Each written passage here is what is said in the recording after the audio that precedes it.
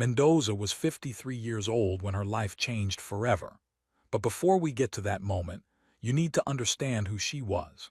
You need to understand the woman who spent 15 years cleaning other people's houses, washing other people's dishes, and folding other people's clothes.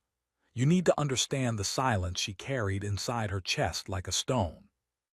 Every morning at 5 would wake up in her small apartment on the edge of the city.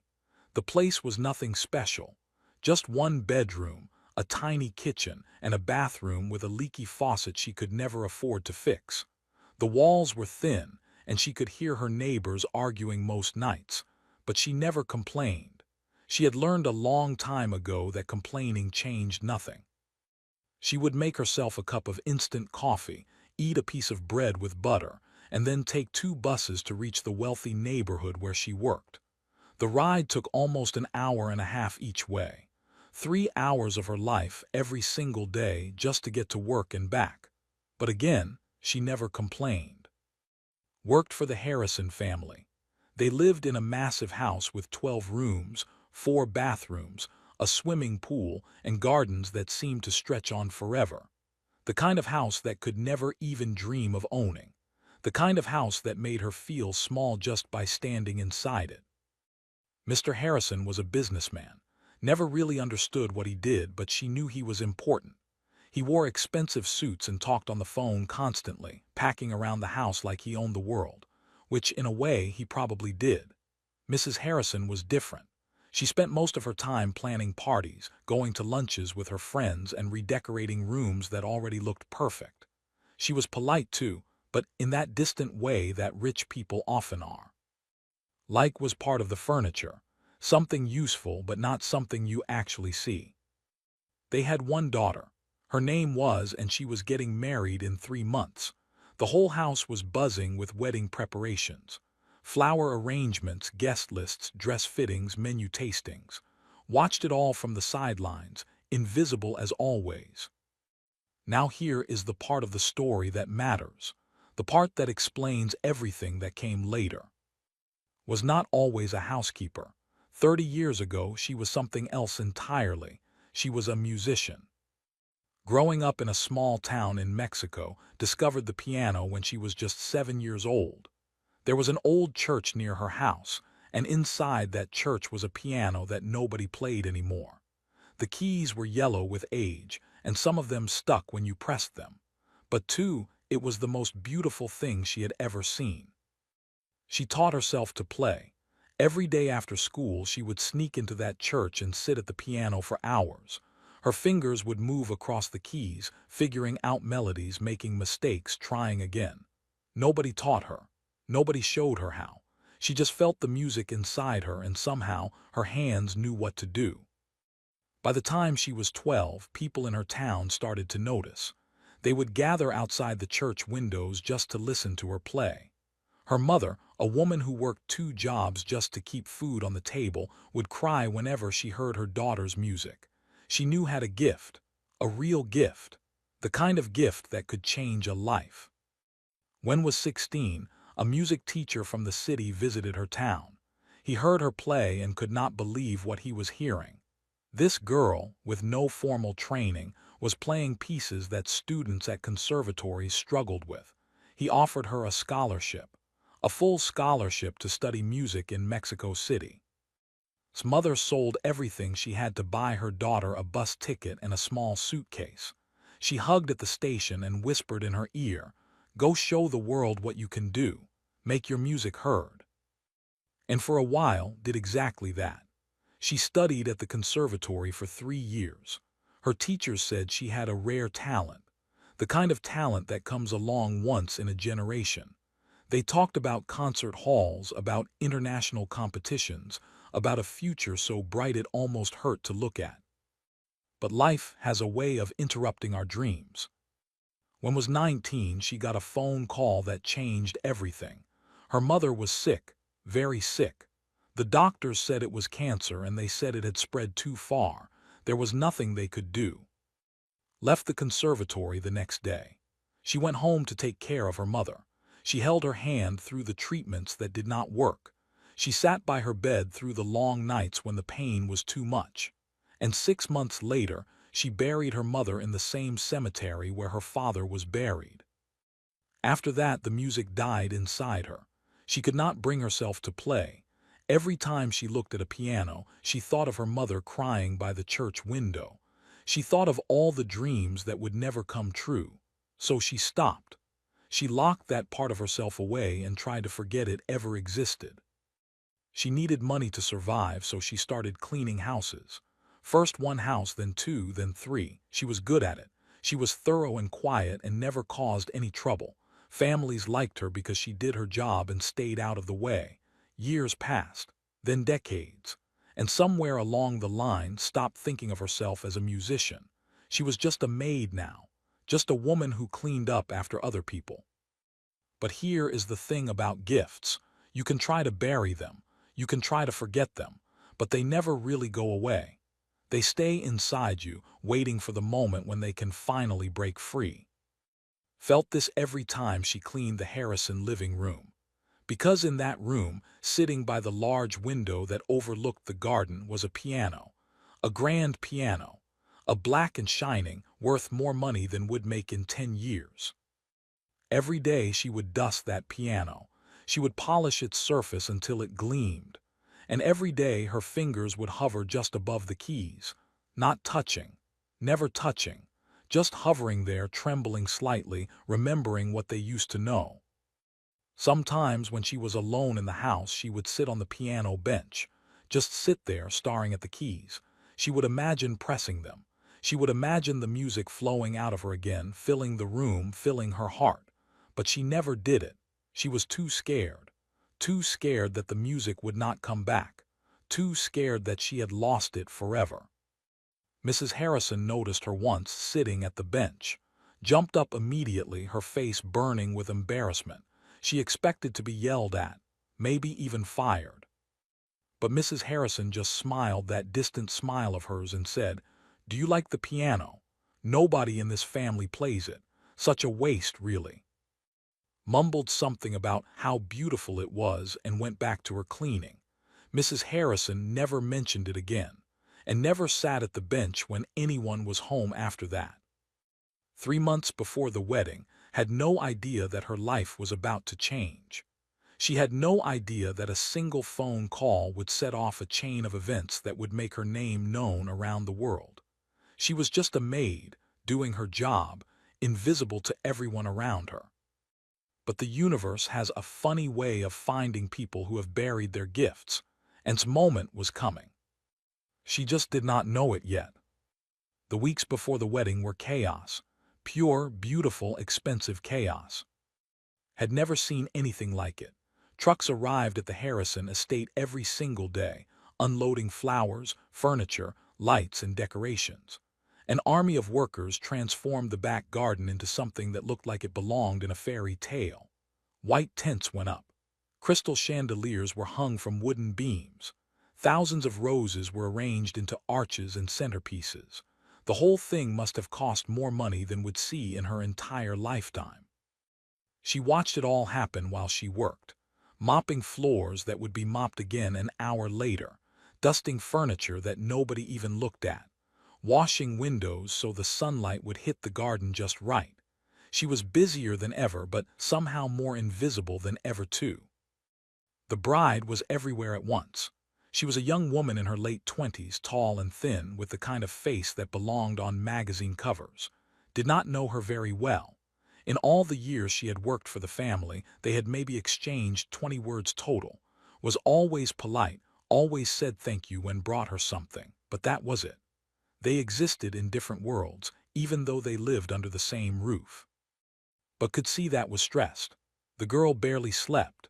She was constantly on the phone, constantly in meetings with the wedding planner, constantly making decisions about things that seemed both very important and completely unimportant at the same time. What color should the napkins be? What font should be used on the place cards? Should the string quartet play during dinner or only during the cocktail hour? Thought about her own wedding sometimes. It had happened so long ago in another life. She had married a man named when she was 24. They had a small ceremony in a church with maybe 30 guests. Her dress was borrowed from a cousin. The flowers were picked from a neighbor's garden. There was no string quartet, no wedding planner, no crystal chandeliers, but she had been happy, so deeply, completely happy. Was gone now. He had passed away 8 years ago from a heart attack. It happened suddenly, without warning. One day he was there, laughing at the dinner table, and the next day he was gone. Still wore her wedding ring. She would never take it off. She shook these thoughts away and got back to work. The past was the past. There was nothing she could do to change it. The day of the wedding arrived on a Saturday in early June. The weather was perfect. Blue sky, warm sun, just a light breeze to keep things comfortable. Arrived at the house at 4 in the morning to help with the final preparations. The ceremony was scheduled for 3 in the afternoon, and there was still so much to do. By noon, the house was full of people: hair stylists, makeup artists, photographers, caterers, florists, and at least a dozen other workers whose jobs could not even identify. Everyone was rushing around, talking into headsets, checking lists, moving things from one place to another. The energy was electric, nervous and excited all at the same time. Stayed out of the way as much as possible. She helped in the kitchen, washing dishes and organizing trays. She cleaned up messes that the other workers left behind. She did what she always did. She made herself useful without being seen. Around 1 o'clock, she was carrying a stack of clean towels upstairs when she heard voices coming from the bridal suite. The door was slightly open, and she could see sitting in front of a mirror while a woman worked on her hair. The wedding planner, a sharp woman named Diana who always seemed to be 3 seconds away from a nervous breakdown, was packing back and forth behind them. "The flowers are perfect," Diana was saying, checking something on her tablet. "The caterers are on schedule. The photographer is setting up. We are in good shape. We are in very good shape." Smiled but could see the tension in her shoulders. This was supposed to be the happiest day of her life, but she looked more anxious than happy. Moved on. It was not her place to watch or listen. She had towels to deliver.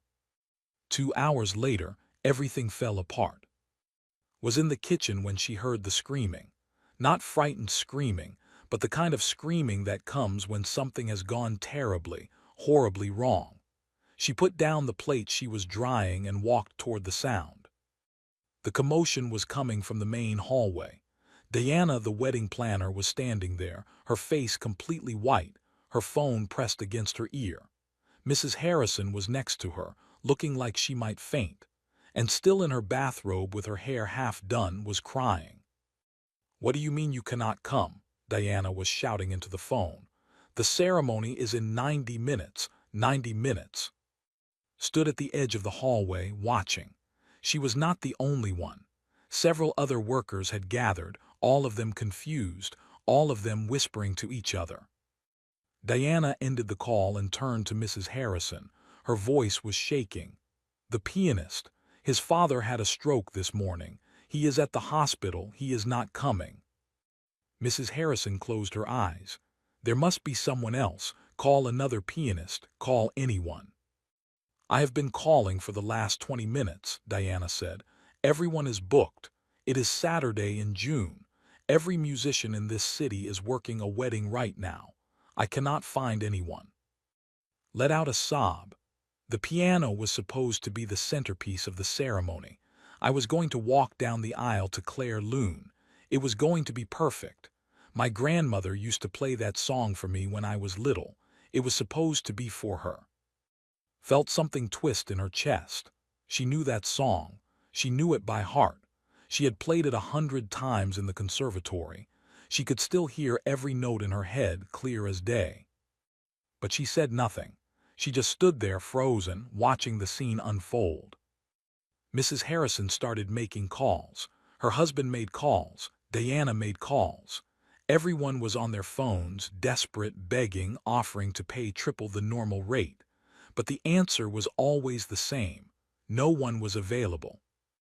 The minutes ticked by. 1:15, 1:30, 1:45. 300 guests were already seated in the garden. The groom was standing at the altar, waiting. The string quartet that was supposed to play during the reception would not arrive until 5. There was no music. There was no way to start the ceremony. Sat down on the stairs and put her face in her hands. Her makeup was ruined. Her perfect day was falling apart, and there was nothing anyone could do about it. Watched her cry. She watched this young woman who had everything money could buy, completely broken over something that money could not fix. And somewhere deep inside, something began to stir. A voice she had not heard in 30 years. A voice that said, "You can help, you know you can." But another voice, louder and more familiar, said, "Stay quiet. You are just the maid. Nobody wants to hear from you. Nobody would believe you even if you tried." Turned away from the hallway. She walked back to the kitchen. She picked up the plate she had been drying and tried to focus on her work. But her hands were shaking, and the voice inside her would not stop. "You can help, you can help, you can help." The clock on the kitchen wall showed 1:52. The ceremony was supposed to start in 8 minutes. And Mendoza, the invisible woman who had not touched a piano in 3 decades, had a decision to make. The hardest decision of her life. Stood at the kitchen sink, staring at the plate in her hands. She had been holding it for 3 minutes now, just holding it, not washing it, not drying it, just standing there while her heart pounded so hard she could feel it in her throat. From the hallway she could still hear the panic. Mrs. Harrison was shouting at someone on the phone. Diana was crying now, actually crying, which seemed impossible for a woman who always seemed so in control. And poor could hear her quiet sobs echoing through the house. The clock on the wall said 1:54. 6 minutes until the ceremony was supposed to start. 300 people sitting in that beautiful garden, waiting. A groom standing at the altar, probably wondering what was happening. And no music, no pianist, no way to begin. Set the plate down slowly. Her hands were trembling. She looked at them, these hands that had scrubbed floors and washed windows for 15 years. These same hands that had once danced across piano keys like they were made for nothing else. Could she still do it? Could she still play? The thought terrified her. It had been 30 years. 30 years since she sat at a piano and actually played. What if she had forgotten everything? What if her fingers did not remember the notes? What if she sat down at that beautiful and nothing came out but silence and embarrassment? She would humiliate herself. She would humiliate the family. And then she would lose her job, the only thing that kept a roof over her head and food in her stomach. No, it was too risky. It was not her place. She was just the maid. Nobody expected anything from her except clean floors and folded towels. That was her role. That was who she was now. But even as she told herself these things, another voice kept pushing back. A voice from long ago. Her mother's voice. "Go show the world what you can do. Make your music heard." Closed her eyes. She could see her mother so clearly in that moment. Standing at the bus station, tears running down her face, holding hands and believing in her with every fiber of her being. Her mother had sacrificed everything so could follow her dream. She had sold everything she owned just to give her daughter a chance. And what had done with that chance? She had buried it. She had let fear and grief and life push it so deep down that she almost forgot it existed. But it did exist. It was still there, somewhere inside her. She could feel it now, stirring awake after decades of sleep. The music had never really left her. She had just been too afraid to let it out. Opened her eyes. The clock said 1:56. 4 minutes. She thought about crying on the stairs. She thought about the song the girl had chosen, Claire Loon, a song her grandmother used to play for her. This was not just about having background music for a ceremony.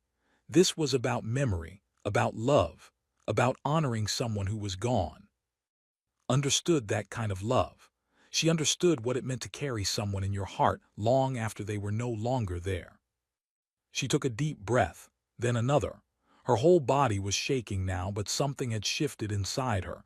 Something had clicked into place. She was going to do it.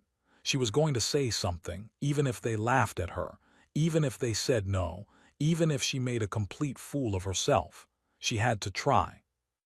Wiped her hands on her apron and walked out of the kitchen.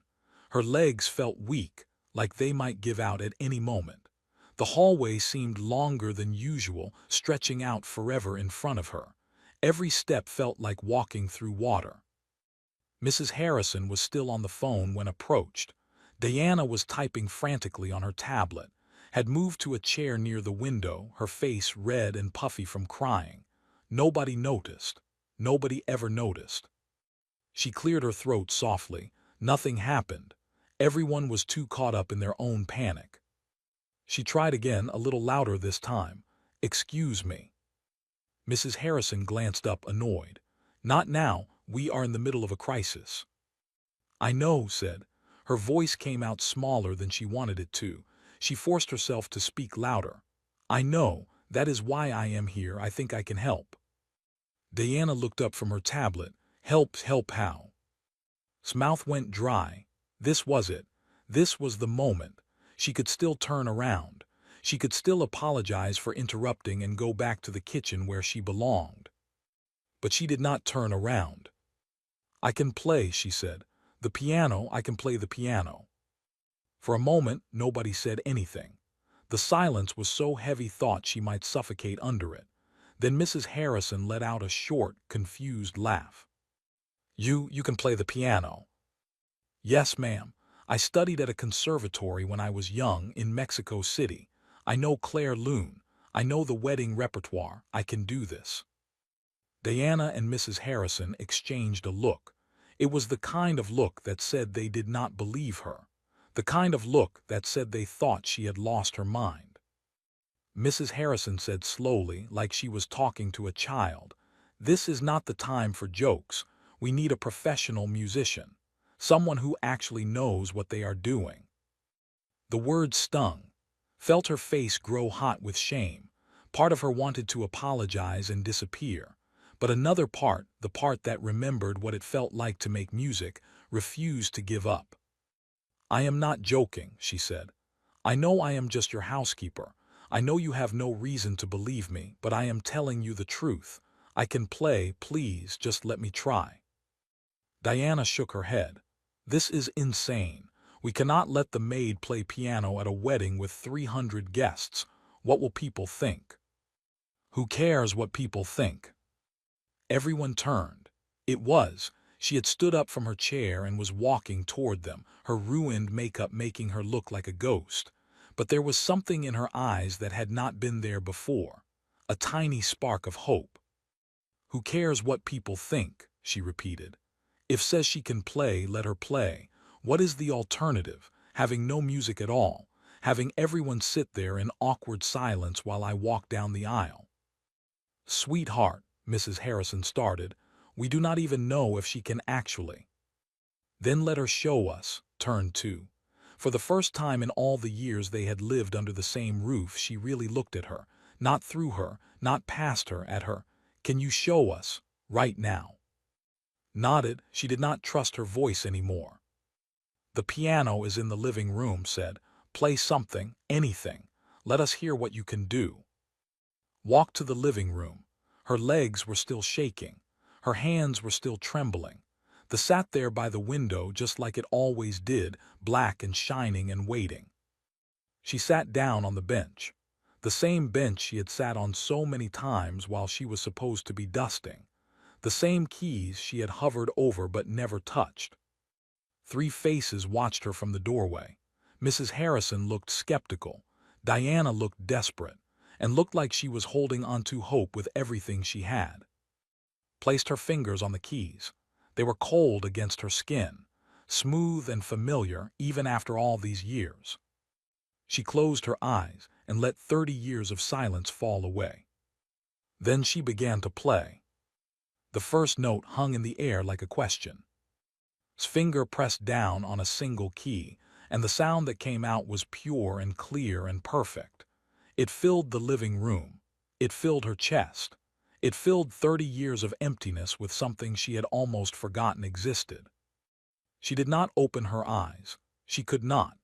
If she opened them, she would see Mrs. Harrison's doubtful face. She would see Diana checking her watch. She would remember that she was just a maid in a wrinkled black dress, sitting at a piano that cost more than her entire life. So she kept her eyes closed, and she let her fingers do what they had been aching to do for 3 decades. The second note followed the first, then a third, then a fourth, and suddenly, without thinking, without planning, was playing, really playing. Her hands moved across the keys like they had never stopped, like the 30 years of silence had been nothing more than a long pause between movements. She played the opening of Claire Lune. The notes floated through the room, soft and delicate like moonlight falling on water. It was the song had chosen, the song her grandmother used to play, and played it like she was telling a story about loss, about love, about things that stay with us even after they are gone. Behind her nobody moved, nobody spoke, nobody even breathed. Did not notice. She was somewhere else now. She was back in that little church in Mexico, 7 years old, discovering magic for the first time. She was in the conservatory, 19 and full of dreams. She was sitting beside her mother's hospital bed, holding her hand, promising her that everything would be okay. The music poured out of her, all the grief she had carried, all the loneliness, all the years of being invisible and forgotten. It all came out through her fingers, transformed into something beautiful. When she played the final note, she let it fade slowly into silence. Then she opened her eyes.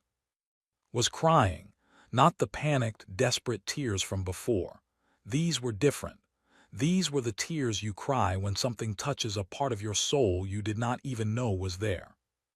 Mrs. Harrison had her hand over her mouth. Her eyes were wide, like she was seeing for the very first time. And maybe she was. Diana just stood there, her tablet hanging forgotten at her side, completely speechless. For a long moment nobody said anything. The silence felt different now, not empty, full of something that words could not capture.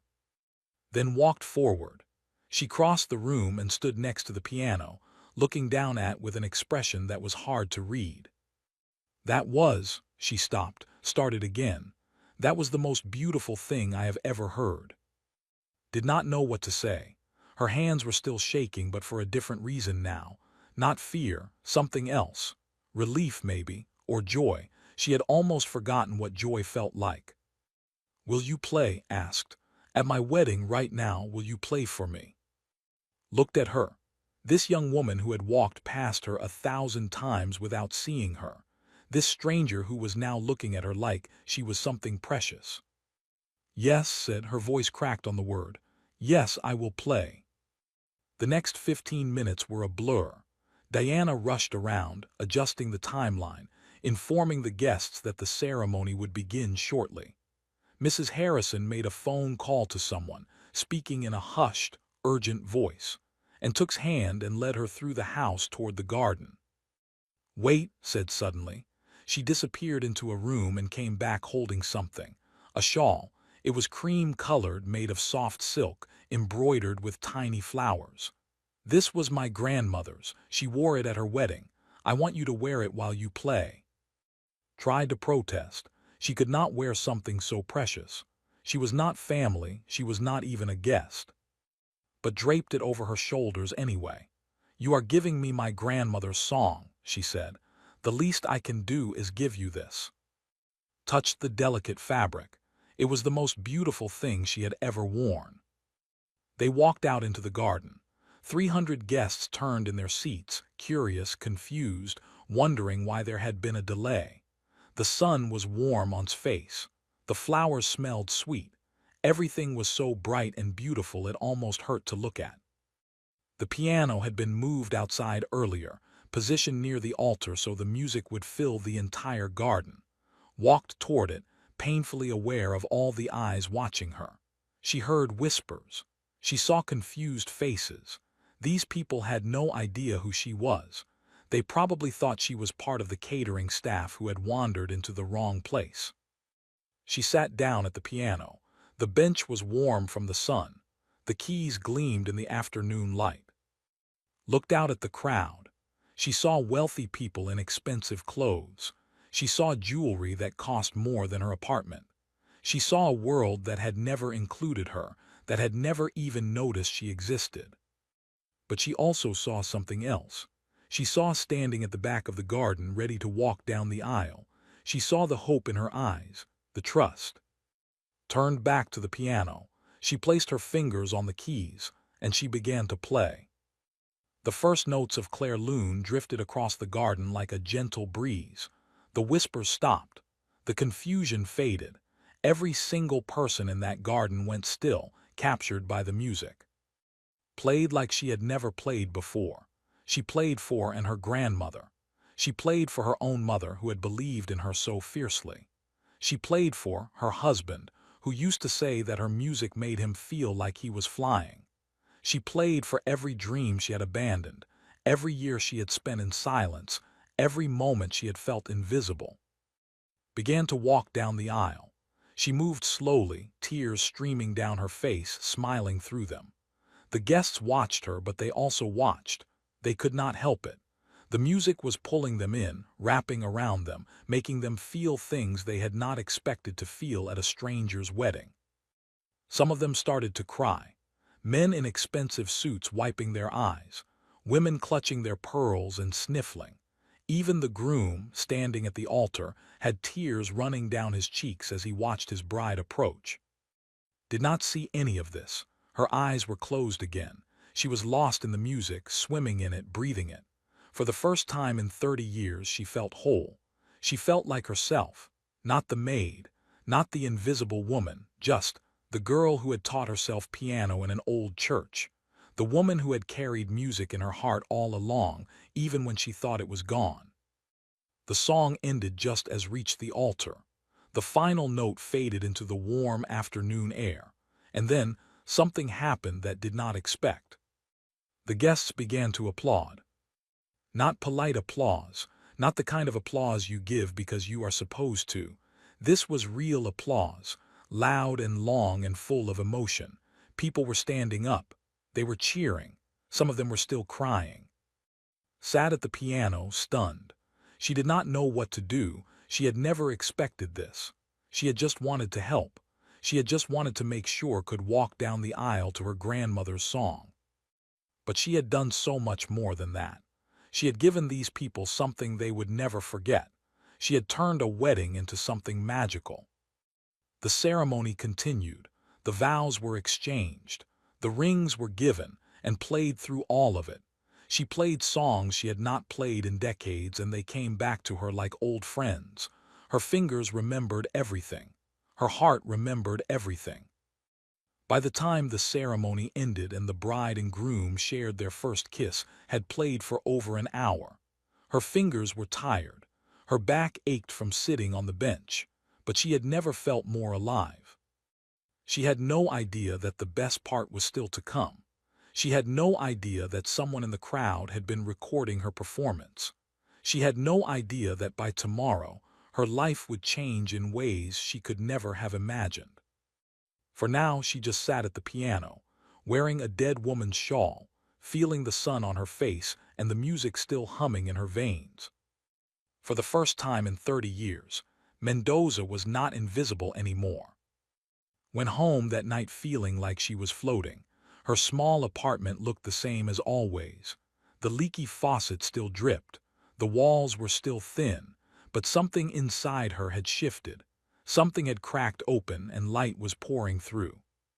She made herself a cup of tea and sat by the window looking out at the city lights. Her fingers still tingled from playing. Her heart still felt full. She had done it. After 30 years of silence, she had played again, and it had been beautiful. She thought about calling someone to share the news, but there was no one to call. Her parents were gone, was gone. She had a few distant cousins back in Mexico, but they had not spoken in years, had lived such a quiet, lonely life. She had convinced herself that she did not need anyone, but tonight she wished she had someone to tell. She went to bed early, exhausted in the best possible way. She fell asleep with a small smile on her face. The next morning woke up to her phone buzzing. This was strange. Her phone almost never rang. She only had it for emergencies, and emergencies almost never happened. She picked it up and saw 17 missed calls, all from numbers she did not recognize. There were also dozens of text messages from people she had never heard of. Her heart started pounding. Had something happened? Was someone hurt? Then she saw a message from Diana, the wedding planner. It said, "Have you seen the video? You need to see this. Call me immediately." Video? What video? His hands were shaking as she opened her phone's web browser. She did not use the internet much, but she knew enough to search her own name. She typed in Mendoza piano wedding and pressed enter. What she saw made her drop the phone. There were hundreds of results, news articles, social media posts, video clips, all of them about her. All of them showing her sitting at the piano in the Harrison garden, playing Claire Loon while walked down the aisle. Someone at the wedding had recorded her performance and posted it online. The video had been shared thousands of times overnight, then hundreds of thousands of times. By the time woke up, it had been viewed over 2 million times and was still climbing. She picked up her phone with trembling hands and watched the video. She saw herself from behind, sitting in her simple black dress with the cream shawl over her shoulders. She heard the music floating across the garden. She saw the guests crying. She saw walking toward her future husband with tears of joy streaming down her face. The caption on the video said, "Maid saves wedding with incredible piano performance. Wait until you hear her story." Did not understand. How did people know her story? How did they know she was a maid? She scrolled through the comments. There were thousands of them. "I am sobbing. This woman is incredible. She gave up her dreams to take care of her dying mother and then worked as a housekeeper for 15 years. And she can still play like this. I cannot handle this. This is the most beautiful thing I have ever seen. Someone please give this woman a record deal." Sat on her bed, staring at her phone, completely overwhelmed. She did not know how to process what was happening. 24 hours ago, she was invisible. Now millions of people were watching her play. The phone rang again. This time she answered. It was a producer from a morning television show. They wanted her to come on and tell her story. They would fly her out, put her in a hotel, pay for everything. Could she come tomorrow? Said she would think about it. Then she hung up and immediately got another call. This one was from a journalist who wanted to write an article about her. Then a radio station. Then another television show. Then a woman who said she worked for a music company and wanted to talk about recording opportunities. Stopped answering after the 10th call. She needed time to think. She needed to breathe.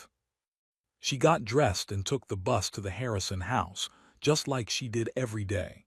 But when she arrived, everything was different. Mrs. Harrison met her at the door with an expression had never seen before. It looked almost like respect. She said, "I owe you an apology." Did not know what to say. "I have worked with you for 15 years, Mrs. Harrison continued. 15 years, and I never once asked about your life. I never asked where you came from or what you dreamed about. I just assumed." She stopped, her voice catching. "I assumed you were exactly what you appeared to be. Nothing more. I was wrong. I was so wrong." Felt tears forming in her eyes. "It is okay, ma'am. I never told you. I never told anyone. But I should have asked. I should have seen you as a person, not just as someone who cleans my house." Mrs. Harrison took hands in hers. "You saved my daughter's wedding. You gave her something she will remember for the rest of her life. I can never repay you for that." Appeared behind her mother. She was glowing, still riding the high of her perfect wedding day. She hugged tightly, like they were old friends instead of strangers who had barely spoken. "The video has 8 million views now," said. 8 million. People all over the world are watching you play. They are sharing your story. You are famous." Famous? The word felt strange in his mouth. She had never wanted to be famous. She had just wanted to help. But over the next few weeks, famous was exactly what she became. The video passed 20 million views, then 50 million, appeared on television shows and gave interviews to newspapers and magazines. She told her story over and over again. The little church in Mexico, the conservatory, her mother's illness, the years of silence, the moment she finally found her courage at the Harrison wedding. People connected with her story in a way she never expected. They saw themselves in her, the dreams they had given up, the talents they had buried, the voices inside them that said they were not good enough, not important enough, not worthy enough. Gave them hope. If she could come back after 30 years, maybe they could too. 3 months after the wedding, received an invitation that made her cry. The conservatory in Mexico City, the same school she had left 30 years ago, wanted to honor her. They wanted her to come back and perform. They wanted to give her the degree she never finished. She flew to Mexico for the first time since her mother's funeral. She walked through the streets of her old neighborhood. She visited her parents' graves and told them everything that had happened. She hoped they could hear her, wherever they were. The night of the performance, walked onto the stage of a beautiful concert hall. The same stage she had dreamed about when she was 19 years old. The seats were filled with people who had come just to see her. Students, teachers, families, strangers who had watched her video and wanted to witness her magic in person. She sat down at the piano, a grand piano, even more beautiful than the Harrison. She looked out at the crowd and took a deep breath. She thought about her mother, who had sold everything to give her a chance. She thought about who had loved her music. She thought about who had seen her when no one else did. She thought about every person who had ever felt invisible and wondered if they would ever be seen. Then Mendoza placed her fingers on the keys and began to play. The music filled the concert hall. It filled her heart. It filled the empty spaces that had been silent for so long. She was 53 years old. She had worked as a maid for 15 years. She had buried her dreams and convinced herself they were gone forever. But dreams do not die. They just wait. They wait for the moment when we are brave enough to let them live again. And this moment had finally come.